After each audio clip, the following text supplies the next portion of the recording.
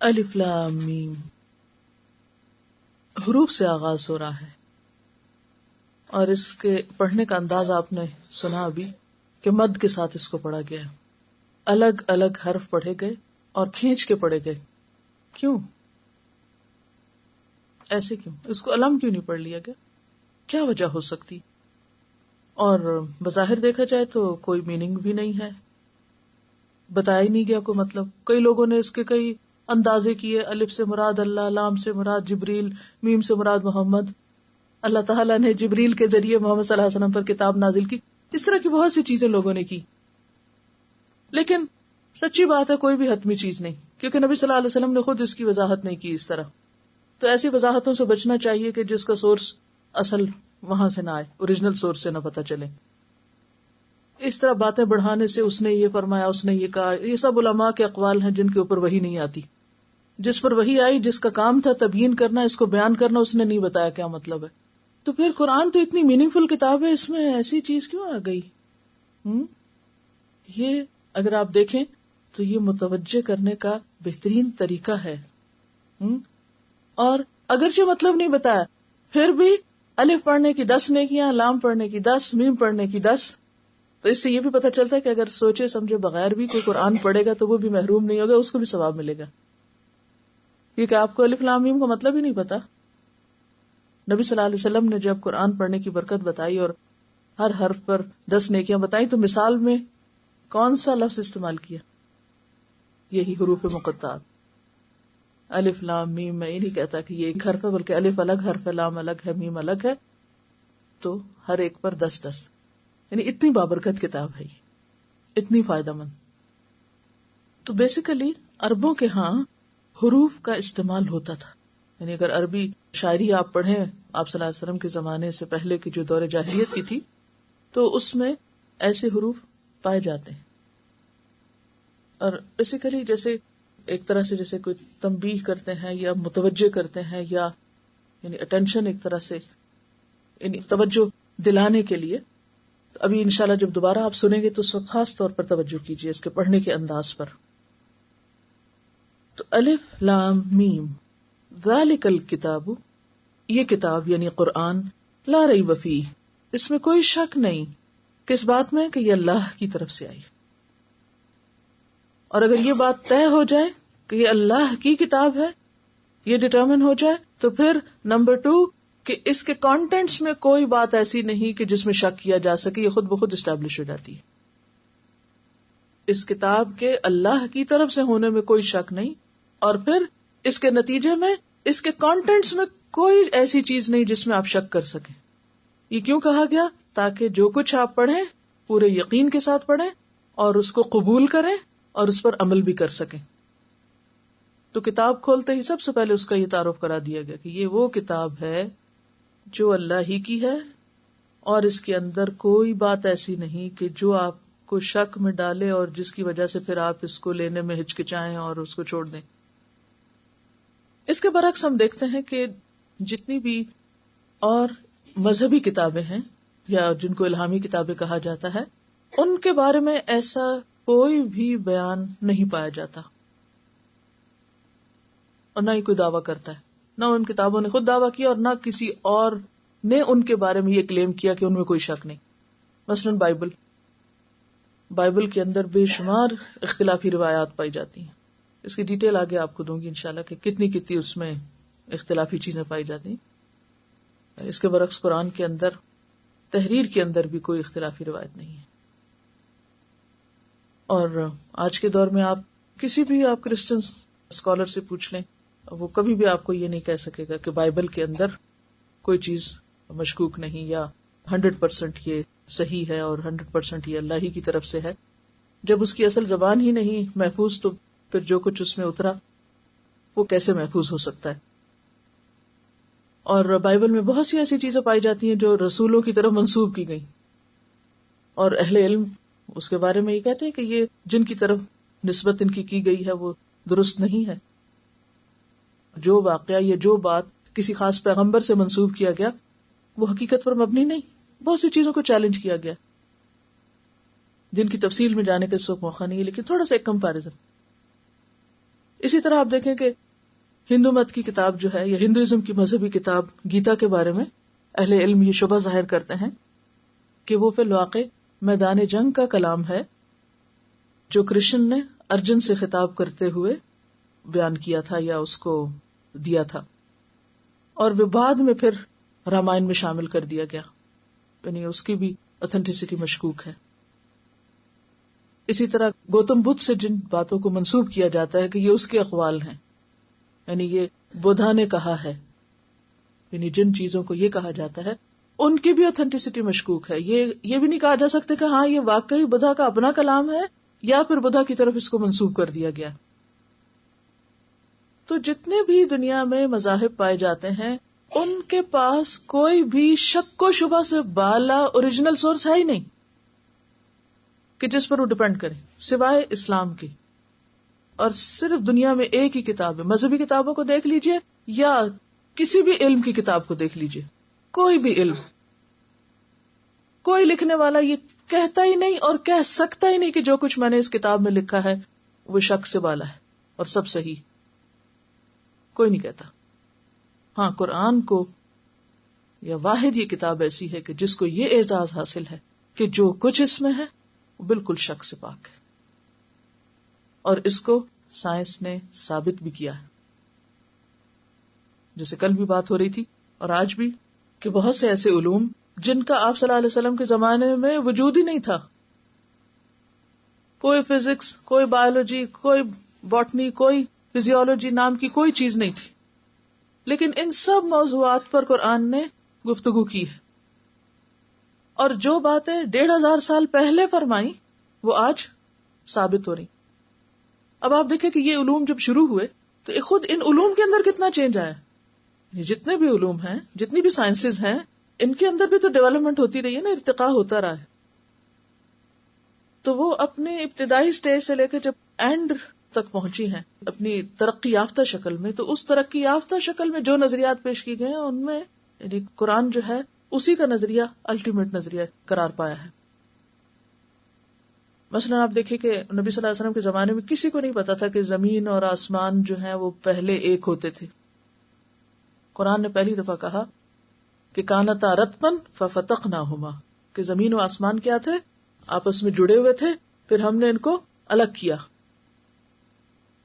اور آج سائنس کیا کہتی ہے کہ ایک سپر ایٹم تھا جس کے اندر دھماکہ ہوا اور پھر یہ ساری چیزیں نکل کر پھیلنا شروع ہو گئی، جتنے بھی پلانٹس اور یہ تمام چیزیں ہیں، اور پھر اس سے مزید پھیلتی چلی جا رہی ہیں۔ اور یہ جو پھیلنے کا نظریہ یہ بھی قرآن کے اندر موجود ہے، وَالسَّمَاءَ بَنَيْنَاهَا بِأَيْدٍ وَإِنَّا لَمُوسِعُونَ، آسمان کو ہم نے اپنے ہاتھ سے بنایا اور ہم اس کو وسعت دے رہے ہیں، یعنی وہ پھیل رہا ہے، ان میں چینجز آ رہے ہیں، وہ ہمیشہ سے ایک ہی طرح کا نہیں ہے۔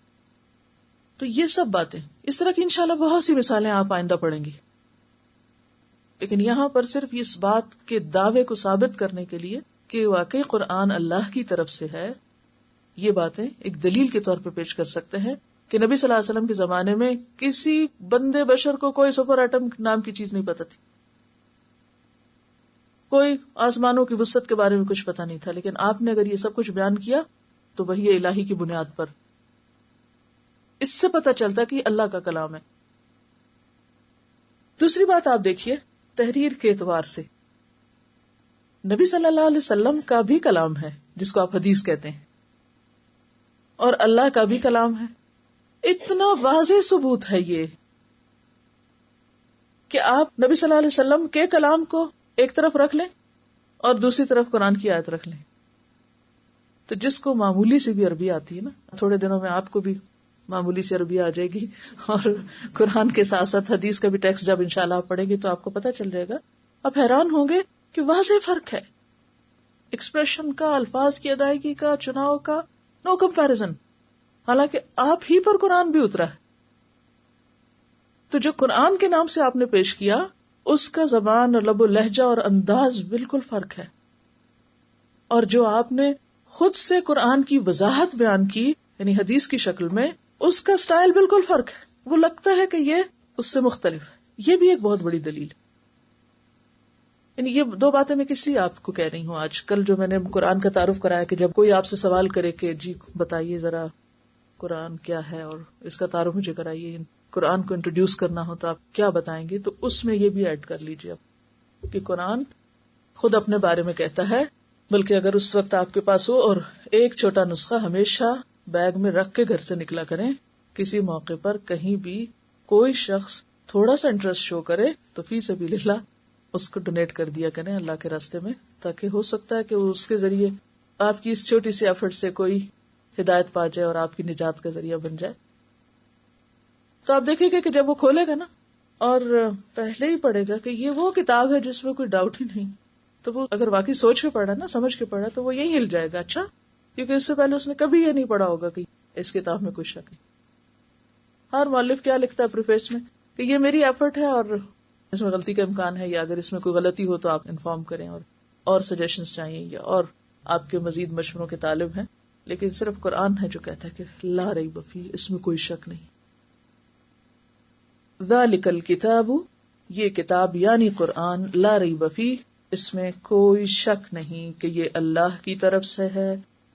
اور پھر اس کے جو کانٹینٹس ہیں، جو اس میں تعلیمات ہیں، جو احکامات ہیں، اور جو کچھ دنیا یا آخرت کے بارے میں بتایا گیا ہے وہ بالکل سچا ہے، اس میں کوئی شک نہیں. جو کہا گیا ہے، جیسے ہونے کا بتایا گیا ویسا ہی ہو کر رہے گا. تم نہیں بدلتے تو نہ بدلو، اللہ کا کلام نہیں بدلے گا. لا تبدیل لکلمات اللہ. کس لیے آیا؟ ھدی للمتقین، متقین کی ہدایت کے لیے آیا. یہاں پر متقین کی ہدایت کی بات ہے، لیکن قرآن پاک میں دوسری جگہ ھدی للناس بھی آیا ہے کہ یہ کتاب سارے انسانوں کی ہدایت کے لیے. اس لیے صرف متقین ہی اس کو نہ پڑھا کریں، بلکہ تمام انسانیت تک اسے لے جانا ضروری ہے. ہاں، ہدایت تو یہ سب کو دکھاتا ہے، راستہ تو یہ سب کو بتاتا ہے، لیکن فائدہ کون اٹھاتا ہے اس سے؟ جن کے اندر تقویٰ ہوتا ہے، جو بچنا چاہتے ہیں، دنیا میں گناہوں سے بچنا چاہتے ہیں اور آخرت میں برے انجام سے بچنا چاہتے ہیں، وہ اس سے فائدہ اٹھائیں گے، وہ اس سے ہدایت پا جائیں گے. اسی لیے آپ نے دیکھا ہوگا کہ بہت سے لوگ قرآن پڑھتے ہیں اور پڑھاتے بھی ہیں، لیکن ان کی زندگی میں کوئی تبدیلی نہیں آتی. ہوتا نا ایسے؟ کیوں؟ فرق کس چیز کا ہوتا ہے؟ ہاں؟ فرق نیت کا ہوتا ہے یا ارادے کا ہوتا ہے یا اندر کے سوچ کا ہوتا ہے. ایک شخص اس کتاب کو پڑھتا ہے کہ مجھے اپنے آپ کو اس کے مطابق بدلنا ہے، اور ایک اس لیے پڑھتا ہے کہ مجھے بس یہ جاننا ہے کہ قرآن میں کہا کیا گیا، اور ایک اس لیے پڑھتا ہے کہ بس اس سے ثواب کمانا ہے اور کوئی دنیا کے مسئلے مسائل حل کرنے. تو جو جس نیت، جس ارادے اور جس خیال سے اس کتاب کے پاس جائے گا وہی کچھ وہاں سے پائے گا. اور ہر شخص اپنے اپنے ظرف کے مطابق، ظرف کس کو کہتے ہیں؟ برتن. مثلا آپ دریا کے پاس جائیں اور ایک گلاس لے جائیں، دوسرا شخص بھی آ رہا پانی لینے اور وہ ایک پورا بڑا ڈول اٹھائے ہوئے ہے، کنٹینر اٹھائے ہوئے ہے، تو کس کو کتنا ملے گا؟ جو جتنا بڑا برتن لے جائے گا، جتنا جس کے پاس وسعت ہوگی. تو آپ سب بھی قرآن کا علم لینے آئے ہیں، لیکن لے کے کتنا جائیں گے؟ جتنی آپ کے اندر صلاحیت ہوگی. اور اس کا انحصار کس پر ہے؟ آپ کی نیت کیا ہے؟ آپ کیا چاہتے ہیں اس سے؟ ثواب چاہتے ہیں؟ آپ اس سے کوئی جن بھوت بگانا چاہتے ہیں؟ کوئی تعویذ بنا کے پلانا چاہتے ہیں؟ کوئی پڑھے لکھے کہلانا چاہتے ہیں؟ یا کسی پہ فخر جتانا چاہتے ہیں؟ یا کوئی پوزیشن حاصل کرنا چاہتے ہیں؟ یا کوئی شہرت چاہتے ہیں؟ یا کوئی whatsoever. تو اس لیے بے حد ضروری ہوتا ہے کہ قرآن شروع کرنے سے پہلے ایک دفعہ اپنی نیت کا بھی خود حساب کر لیں، سیلف اسیسمنٹ کر لیں. ٹھیک ہے؟ تو ابھی کر لیں، بے شک سیلف اسیسمنٹ کر لیں کہ آپ کیوں تشریف لائے ہیں یہاں اور کس لیے پڑھ رہے ہیں. کس لیے پڑھ رہے ہیں آپ؟ ہدایت پانے کے لیے، یہ جاننے کے لیے کہ اللہ تعالیٰ ہم سے کیا چاہتا ہے. اس نے جو ہمیں اتنی بڑی خوبصورت زمین پر اتار دیا، اتنا کچھ دے کے. قرآن پاک میں آتا وَآتَاكُم مِّن كُلِّ مَا سَأَلْتُمُوهُ، ہر وہ چیز تمہیں دے دی جو تم نے مانگی.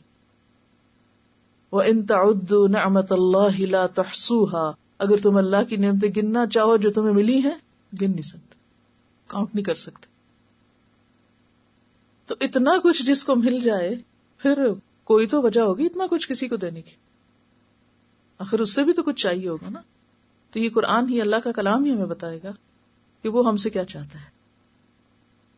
تو یہ جاننے کے لیے کہ وہ ہم سے کیا چاہتا ہے، اور پھر جب یہ پتہ چل جائے کہ یہ چاہتا ہے، کیونکہ اس کتاب میں کوئی ڈاؤٹ نہیں، کوئی شک نہیں، لہذا اس کے مطابق اپنی زندگی ویسے ہی کر لی جائے، بلا تکان، بے تکلف ہو کے، بے فکر ہو کے، بے خوف ہو کے. کچھ نہیں ہوتا، جو قرآن کہتا ہے مجھے وہ کرنا ہے، کوئی نقصان نہیں ہوگا میرا، کیونکہ یہ اللہ کی بات ہے، یہ جھوٹی نہیں ہو سکتی، اس میں کوئی غلط بیانی نہیں ہو سکتی، اسی میں میرا فائدہ ہے. تو جب یہ یقین اور شرح صدر ہوتا ہے نا، پھر انسان اس کے مطابق اپنے آپ کو بدلنے لگتا ہے. جب بدلنے لگتا ہے تو پھر اس کے بعد کیا ہوتا ہے؟ پھر اللہ کی رضا حاصل ہوتی ہے. یہ نہیں ہوتا کہ صرف قرآن پڑھنے سے اللہ کی رضا حاصل ہو جائے. پڑھنے کے بعد اس کے اوپر عمل، اور پھر بس ایک ہی تڑپ لگ جائے، ساری فکروں کے اوپر ایک ہی فکر غالب آ جائے کہ میں آخرت میں کس طرح کامیاب ہو سکتا ہوں، مجھے اس کے لیے کیا کیا کرنا ہے، کیونکہ مجھے ہمیشہ وہاں رہنا ہے. جب آخرت کا خیال ہے نا تو ہمیشہ سوچا کیجیے وہ گھر جہاں مجھے ہمیشہ رہنا ہے، میرا ہمیشہ کا گھر جہاں سے کبھی واپس نہیں آ سکتا. نیور. کبھی جانا ہو کہیں تو کتنے سوٹ کیسز تیار کرتے ہیں، اور یہ پتہ بھی ہوتا ہے اس کا وزن ہونا ہے، پھر بھی کچھ ہاتھوں میں بھی اٹھا لیتے، کچھ کندھوں پہ اٹھا لیتے ہیں، لیکن جتنا اٹھا سکتے ہیں اٹھاتے ہیں. تو بہرحال تو بات یہ ہے کہ ہدایت کا تعلق تقویٰ سے ہے. تقویٰ سراسر اندر کی کیفیت کا نام ہے، اندر کی سوچ کا نام ہے، اندر کے احساس کا نام ہے، اندر کے شعور کا نام ہے کہ آپ کے دل میں کیا ہے. اور آپ کا دل کون جانتا ہے آپ کے سوا؟ سب سے پہلے تو آپ جانتے ہیں، اور پھر آپ کا معاملہ اللہ کے ساتھ ہے کیونکہ وہ جانتا ہے. تیسرا تو کوئی بھی نہیں جانتا آپ کے دل میں کیا ہے. ٹھیک ہے نا؟ تو پھر کس کے ساتھ سچے ہونا ہے؟ اپنے ساتھ سچے ہونے کے بعد اللہ کے ساتھ سچا ہونا. یہ نہیں ہم زبانوں سے کچھ کہتے رہے اور دل میں وہ ہو نہ، اور اللہ تعالیٰ دیکھ دیکھ کے ناراض ہو کہ یہ کیا بول رہے ہو، دل میں کچھ اور زبان پہ کچھ اور. تو ہدی للمتقین، جو چاہیں گے ہدایت ان کو ملے گی، جن کے اندر تقویٰ ہوگا، بچنے کی فکر ہوگی، جن کو دنیا میں گناہوں سے اور آخرت میں عذاب سے بچنے کی فکر. وہ کون لوگ ہوتے ہیں؟ الذین یؤمنون بالغیب، وہ پھر غیب پر ایمان لاتے ہیں. اب اس کا تعلق بھی اندر، ایمان کا تعلق کس سے؟ بنیادی طور پر دل سے ہے. تو غیب کیا ہے؟ وہ چیزیں جو ہماری نگاہوں سے اوجھل ہیں، وہ چیز جس کے بارے میں جاننے کا انسان کے پاس کوئی ذریعہ نہ ہو سوائے وحی الہی کے. اور یہاں ویسے تو بہت سی چیزیں ہماری نگاہوں سے اوجھل ہیں کہ نہیں؟ اس وقت اس کمرے سے باہر کیا ہو رہا ہے؟ آپ کو پتا ہے اس وقت کون سے ماڈل کی گاڑی سڑک پہ جا رہی؟ تو اس پر ایمان لانا ضروری ہے کہ کوئی باہر سے کھڑا شخص آپ کو فون پہ بتائے ایمان لاؤ اس پر جو گاڑی جا رہی ہے اور میری بات پر. تو یہ مراد نہیں ہے یہاں. غیب سے مراد صرف غیب نہیں، الغیب ہے، خاص قسم کی غیب کی باتیں ماننا. تو یہاں جو ال ہے تخصیص کے لیے ہے، اور اس پر توجہ رکھیے. ہر غیب نہیں، یعنی ہم نے پہلے تو غیب کا ایک جنرل معنی دیکھا نا کہ ہر وہ چیز جو ہمارے سینسز سے باہر ہے، لیکن یہاں ہر اس چیز پہ ایمان لانا ضروری نہیں، بلکہ الغیب پر ایمان لانا ضروری. اور الغیب سے مراد کیا ہے؟ سب سے پہلے تو اللہ تعالی، پھر فرشتے، پھر رسول. اب ظاہر ہے کہ وہ بھی ہم دیکھ نہیں سکتے، سن نہیں سکتے ان کو. اور اسی طرح تقدیر پر ایمان. تو یؤمنون بالغیب، دیکھا جائے تو اس میں وہ سارا ایمان جو ہے مفصل وہ آ جاتا ہے. کیا ہے وہ؟ آمنت باللہ. ٹھیک ہے نا؟ ایمان بالغیب ہے نا. آمنت باللہ وملائکتہ وکتبہ. اب کتاب ویسے تو دیکھنے میں ہمارے سامنے ہے، لیکن یہ کس طرح نازل ہوئی، فرشتہ کیسے لے کر آیا، کیا طریقہ تھا؟ تو جیسے قرآن پاک میں کہا گیا یسألونک عن الروح، لوگ پوچھتے ہیں یہ وحی کیا چیز ہوتی ہے، یہ وحی کیا ہے، یہ کیسے آتی ہے، یہ کیسے نازل ہوتی ہے، جبریل کیسے، قلب کی بات ہے نا کہ آپ کے قلب پہ اتارتے ہیں. تو کیا چیز ہوتی ہے جو قلب میں ڈالتے ہیں؟ ان نون ہے نا، ہم تو نہیں جانتے. تو اللہ تعالیٰ نے کیا جواب دیا؟ وما اوتیتم من العلم الا قلیلا. سورۃ الاسراء کی آیت ہے. آج نمبر بھی نہیں بتا رہی، ڈھونڈیے ذرا جا کے سورۃ الاسراء. سورۃ الاسراء سورۃ بنی اسرائیل کو کہتے ہیں، اردو والے مصحف بنی اسرائیل لکھا تھا. یسألونک عن الروح قل الروح من امر ربی وما اوتیتم من العلم الا قلیلا. تم وحی کو نہیں سمجھ سکتے کہ وہ کیا پروسیجر ہے اس کا آنے کا، اس لیے یؤمنون بالغیب. تو آمنت باللہ وملائکتہ وکتبہ ورسلہ والیوم الآخر والقدر خیرہ وشرہ من اللہ تعالی والبعث بعد الموت. یہ سب کیا ہے، کس سے تعلق رکھتا ہے؟ ایمان بالغیب سے. اچھا، عام طور پہ جب ہم کہتے ہیں نا ہم ایمان بالغیب رکھتے ہیں تو ہم کیا کہتے ہیں؟ وہ جنت دوزخ فرشتے وغیرہ بس وہ مان لیا، ادھوری بات کرتے ہیں. ایمان بالغیب میں یہ ایمان کی ساری تفصیل آ جاتی ہے. تو ایسی چیزوں کو ماننا جو ہم نے دیکھی نہیں اور جو ہم اپنے حواس سے جن کا ادراک کر ہی نہیں سکتے، پرسیو نہیں کر سکتے، ان کو سمجھ آ گئی؟ اب اگر میں پوچھوں آپ سے امتحان میں کہ ایمان بالغیب کا معنی بتائیں، کیا لکھیں گے؟ کہ وہ ان چیزوں پر ایمان لاتے ہیں جو نظر نہیں آتی. کافی ہے یہ جواب؟ کافی؟ یہ مجھے اس لیے فکر ہے کیونکہ غیب کا جو لفظی معنی میں نے بتایا پہلے کہ نظر نہ آنے والی چیزیں، اب ہمارے سینسز سے باہر کی چیزیں، تو کہیں آپ اس کو جنرلائز نہ کر دیں. اس کو غیب سے نہیں بات کرنی، الغیب سے بات کرنی. اور الغیب کا پھر معنی کیا ہے؟ یہ ہے تبیین، یہ ہے تفسیر. اب کہ واٹس دی میننگ آف الغیب، اور اس کو ہم کس طرح کلاسیفائی کریں گے. تو سب سے پہلی صفت متقین کی کیا ہوتی ہے؟ کہ وہ ایمان والے ہوتے ہیں. آپ سمپل لفظوں میں یہ کہیں کہ جن چیزوں پر ایمان لانے کے لیے کہا گیا ہے، خواہ وہ نظر آتی ہیں یا نہیں آتی، ان کو مانتے ہیں. ٹھیک ہے؟ کیونکہ اس کے بغیر تو ہدایت نہیں مل سکتی. یہ بات تو ہدایت سے متعلق ہے نا. ہدایت نہیں مل سکتی. کیوں نہیں ہدایت مل سکتی؟ آپ تو ہدایت لینے کے لیے نکلے اور قرآن اس لیے پڑھنے کہ آپ کو ہدایت ملے، تو اللہ تعالیٰ نے کنڈیشن لگا دی. اچھا ہدایت چاہیے، آؤ کنڈیشن نمبر 1 ایمان، اور ایمان بالغیب یہ ہے شرط نمبر 1، ایمان بالغیب. ٹھیک ہے؟ کیوں نہیں ہدایت مل سکتی؟ مثلا اگر کوئی کہے میں سب کچھ مانتا ہوں بس اللہ کو نہیں مانتا، تو ہدایت مل سکتی. کوئی کہے میں رسولوں کو نہیں مانتا. میں جب اسلامک یونیورسٹی میں پڑھاتی تھی تو وہاں میرے پاس کچھ اسٹوڈینٹس آئیں قازقستان سے، نئی جب وہ ریاستیں آزاد ہوئی تھی. اس سے پہلے تو وہ لوگ کہیں ادھر ادھر جاتے بھی نہیں تھے یا جا نہیں سکتے تھے. تو بہرحال group of students, beautiful girls, نہ ان کو عربی آتی تھی نہ انگریزی آتی تھی، بڑی مشکل سے تھوڑی بہت زبان سیکھ سک، میں زبان بھی کچھ سکھاتی تھی اور تھوڑی کمیونیکیشن ہوئی. تو میں نے ان سے پوچھا، ایمان ہی کے اوپر بات ہوئی. تو کہتے کہ ہاں ہم اللہ کو تو مانتے ہیں لیکن پروفٹس کو نہیں مانتے. یعنی یہ میرے سے کمیونیکیشن نہیں ان کی. یہ مسلمان تھی لڑکیاں. اب آپ خود سوچو، یونیورسٹی کی لڑکیاں اور پڑھی لکھی لڑکیاں، یہ بھی نہیں کہ کوئی جاہل لوگ.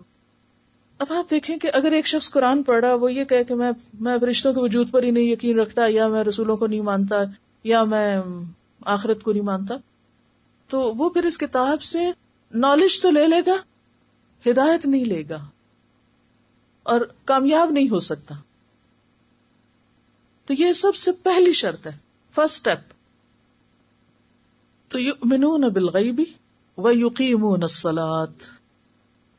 اب جو ایمان ہے نا یہ ثبوت مانگتا ہے. ایمان کیا مانگتا ہے؟ ثبوت. کیونکہ ایمان کا تعلق بیسیکلی انسان کے اندر سے ہے نا. اب اندر تو انسان نہیں دیکھتے نا، تو اللہ ہی کو پتا ہے کہ ہم جو کہہ رہے ہیں وہ سچ ہے یا نہیں. کیونکہ منافقین بھی تو زبان سے کیا کہتے تھے؟ ہم مانتے ہیں، لیکن اندر سے کوئی نہیں مانتے تھے. اسی لیے پھر عمل کے کورے تھے. تو آج بھی اگر کوئی شخص عمل میں پیچھے ہے تو ہم بظاہر خرابیاں دیکھ رہے ہوتے ہیں، اس میں یہ نہیں، اصل تک نہیں جاتے. اصل بات ہے کہ ایمان نہیں صحیح. جس کا ویک ایمان ہوتا ہے اس کا عمل لازماً ویک ہوتا ہے. جس پودے کی جڑیں کمزور ہوتی ہیں اس پودے کا پھل بھی بیکار ہوتا ہے. بیمار درخت بیمار پھل لاتا ہے. اسی طرح کمزور ایمان اور بیمار ایمان، بیمار عمل. تو جہاں دیکھیں کہ عمل بیمار ہے، وہاں اگر آپ نصیحتیں شروع کر دیں، یہ یوں نہ کرو وہ نہ کرو، جیسے عام طور پہ ہمارے مذہبی طبقے کا کیا کام ہے کہ وہ یہ نہیں دیکھتے کہ روٹ کاز کیا ہے، پیچھے کیا، نیچے کیا ہے، خرابی کہاں ہے. وہ اوپر سے نصیحتیں شروع کر دیتے ہیں. جیسے ہم عام طور پر ماؤں کی بھی عادت ہے بیٹوں کو، بچوں کو نماز پڑھا کرو، یہ نہ کیا کرو، وہ نہ کیا کرو، یہ اچھا ہے وہ برا. یعنی عموماً ہم اوپر کی اصلاح شروع کر دیتے ہیں، اور وہ جو اس سے نیچے ہے، جو اصل بنیاد ہے، اس کی طرف نہیں توجہ کرتے. تو ہدایت بھی نہیں مل سکتی اور کسی کو بھی نہیں مل سکتی. اور یہ جو بچوں کو ہم ہدایت دیتے رہتے ہیں ان کے اندر بھی بات نہیں اترتی جب تک کہ سب سے پہلا کام نہ کیا جائے اور وہ بنیاد نہ کھودی جائے, بنیاد نہ بنائی جائے, زمین نہ پھاڑی جائے, جو مفلحون کا پہلا کام ہے کہ ہل چلا کے اندر کی فکر کرو پہلے, جہاں بیج ڈالنا ہے. ایمان تو ایک بیج ہے نا, تو اس کے نیچے کیا ہے؟ جس زمین میں, جس دل میں جانا ہے اس کو پہلے نرم کرو. ایمان کا بیج جائے گا, اندر اترے گا, پھر پودا نکلے گا.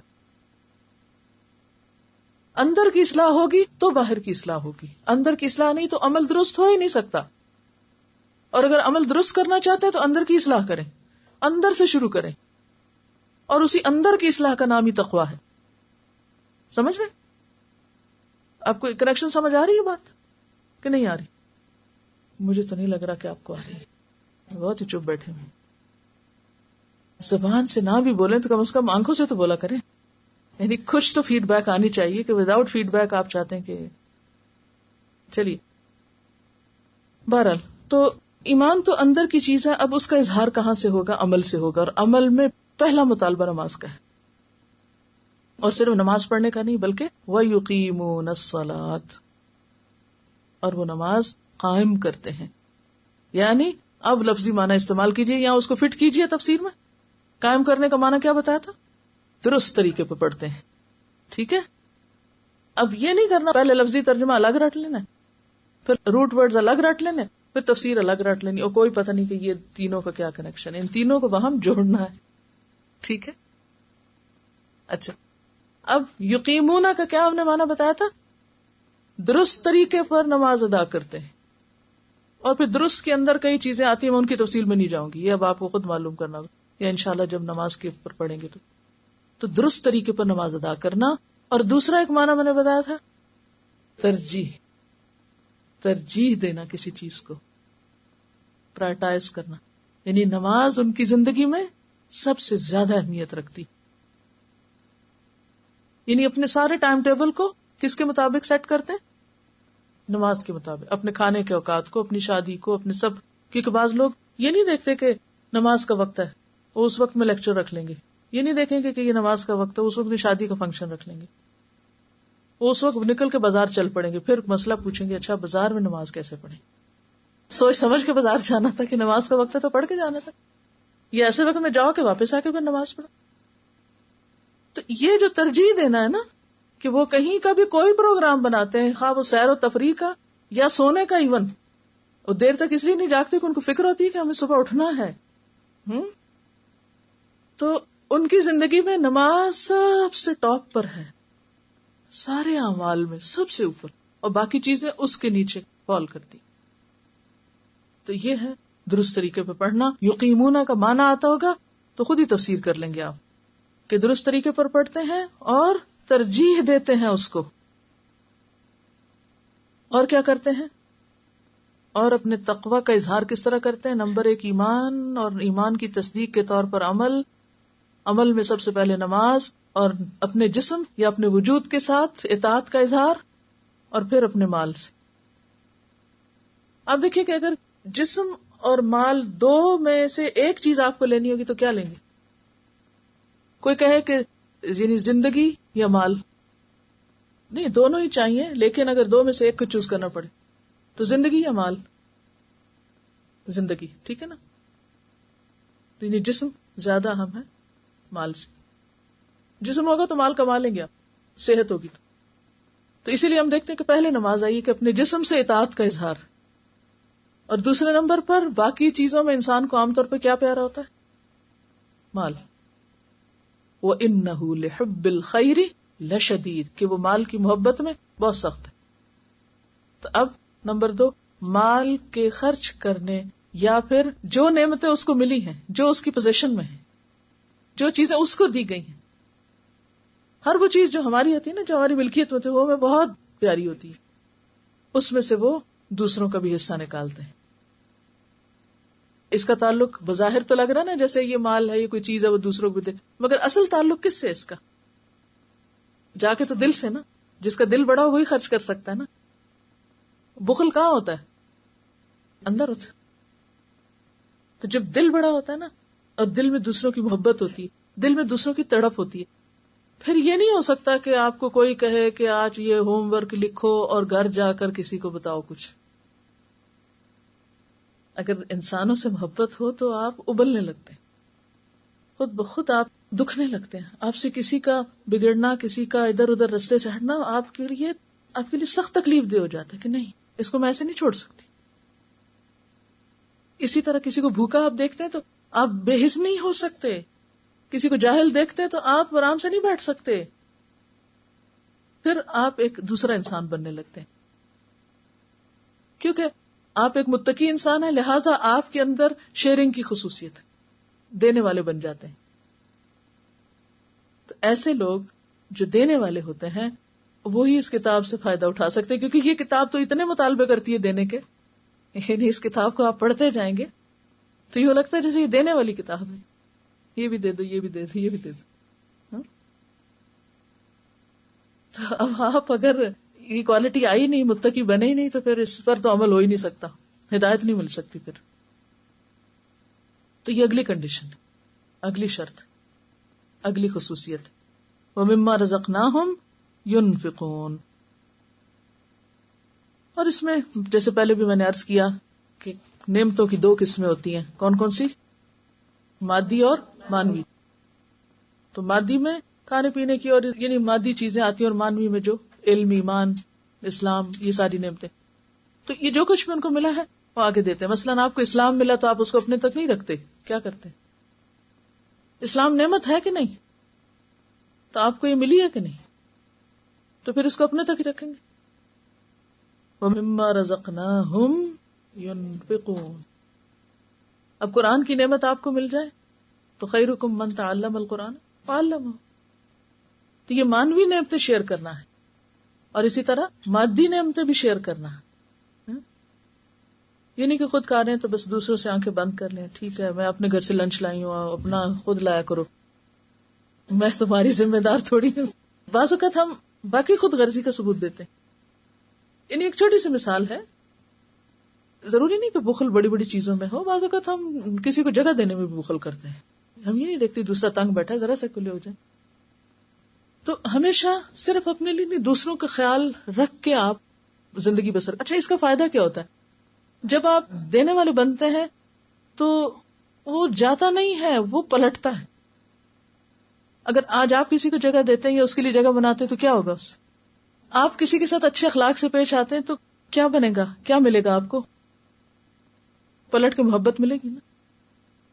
اور اگر آپ بد اخلاقی کرتے ہیں تو کوئی نقصان ہوگا دوسرے کا یا آپ کا؟ آپ کسی کو جگہ نہیں دے رہے, مثلا یہ بھی دینا ہے, یہ بھی رزق خرچ کرنا ہے نا, دوسرے کے لیے سہولت پیدا کرنا, آسانی پیدا کرنا. کسی نے کوئی پوچھ لیا مطلب میں اس کو بتا دوں تو میرے نمبر کم ہو جائیں گے, یہ بھی اب دینے والی بات ہے نا, علم دینا, کوئی مشورہ, کوئی ریسیپی, کوئی اچھی چیز شیئر کرنا. اب وہ کیا ہوتا ہے کہ جب ہم دیتے ہیں تو بظاہر ایسا لگتا ہے کہ کوئی چیز آپ سے چلی گئی یا آپ کو ودرا کرنا ہو, آپ کو چھوڑنا پڑا. نہیں, وہ پلٹ کے آپ کی طرف آتی ہے. آپ کے دل پہ چوٹ بھی لگی بھی ہو, کسی نے آپ کے ساتھ برا بھی کیا, پھر بھی اگر آپ مسکرا سکتے ہو تو کیا اس کو کوئی ریوارڈ نہیں ملے گا آپ کو؟ نہیں ملے گا. یعنی 2 طریقے ہو سکتے ہیں, کسی نے آپ کو برا کہا, آپ پلٹ کے اب سنائے اس کو. تو یاد رکھیے انتقام کا بھی انتقام ہوتا ہے, انتقام کا بھی انتقام ہوتا ہے. یہ لکھ لیجیے ریمائنڈر والی وہ جو باتیں نا وہاں, اس کا کیا معنی ہے؟ انتقام کا بھی انتقام ہوتا ہے. کسی نے آپ کو کچھ کہا, آپ نے اس کو لگائی, اب کیا ہوگا؟ وہ وہیں تھوڑی بیٹھ جائے گا کھا کے. جس نے پہلی دفعہ لگائی وہ دوسری دفعہ 2 لگائے گا تو وہ بات بڑھے گی نا. تو ٹھیک ہے, جتنا وہ کوئی آپ کو لگائے اتنا آپ لگا سکتے ہیں, یہ اللہ نے آپ کو اجازت دی ہے.